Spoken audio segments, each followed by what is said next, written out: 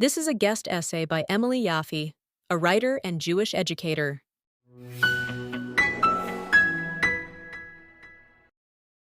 I know I'm supposed to fear, and I do, the anti-Semitic white supremacists who march to the chant, Jews will not replace us. But they also make me laugh. The correct response to them is, yeah, obviously. Also, we don't want to replace you. Jews are a tiny fraction of Western countries, only 2%, or roughly 7.9 million people. Worldwide, that number is even more pathetic. 0.2% of the world's population is Jewish. Out of over 8 billion people, Jews constitute roughly 16 million. We're dwarfed by Buddhists, 324 million, Hindus, 1.2 billion, and Mormons, 17.2 million. The number of Jews in the world is about equal to the number of people in Guinea, and nobody in the history of the world has ever worried about being replaced by a Guinean. So, what's with the worry about Jews replacing anyone else? For that matter, wherefore the concern about some secret Jewish cabal that controls the world? One answer is simple: anti-Semitism, which is akin to a mental disorder. Anti-Semitism is based on lies and impervious to reason. For thousands of years, people have hated, dehumanized, and attacked Jews because of this pervasive hatred. Jews do not want to replace anyone. We do not proselytize, and we make it difficult even for those who seek conversion. We may be more numerous than, say, Zoroastrians, but we're hardly a population threat. I have a minuscule amount of understanding for Westerners concerned about Jews replacing them. Though the numbers do not bear out this fear at all, the fact is, Jews are in the news quite frequently, and unfortunately, not always for good reasons. Think Epstein, Weinstein, Weiner. Of course, those people are about as Jewish as a bagel with ham and cheese. That is a Jewish-sounding name, but not living according to Jewish principles and ethics. Yet, for a Jew hater, the name is enough. There are also many Jewish actors, singers, writers, and comedians, all of whom are in the public eye.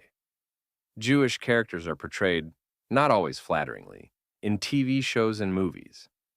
Though it is still possible even in big cities to find people who have never met an actual Jew, so many people have been exposed to Judaism in some form. That's why I say I have some amount of understanding for the Western anti-Semites who think we control everything. They do see a lot of us. You might call us overrepresented. There are varied reasons for Jewish, quote-unquote, overrepresentation in certain professions or fields. In short, it comes down to an ethos of education and a history riddled with persecution.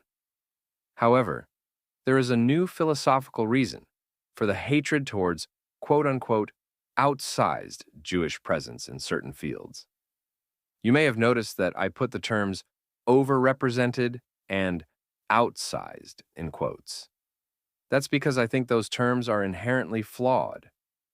Those terms assume that every type of person, that is, by gender, religion, race, or culture, should be equally represented in each profession, school hallway, movie cast, and more. This idea is based either on some childish sense of fairness or a passionate but confused belief in equality.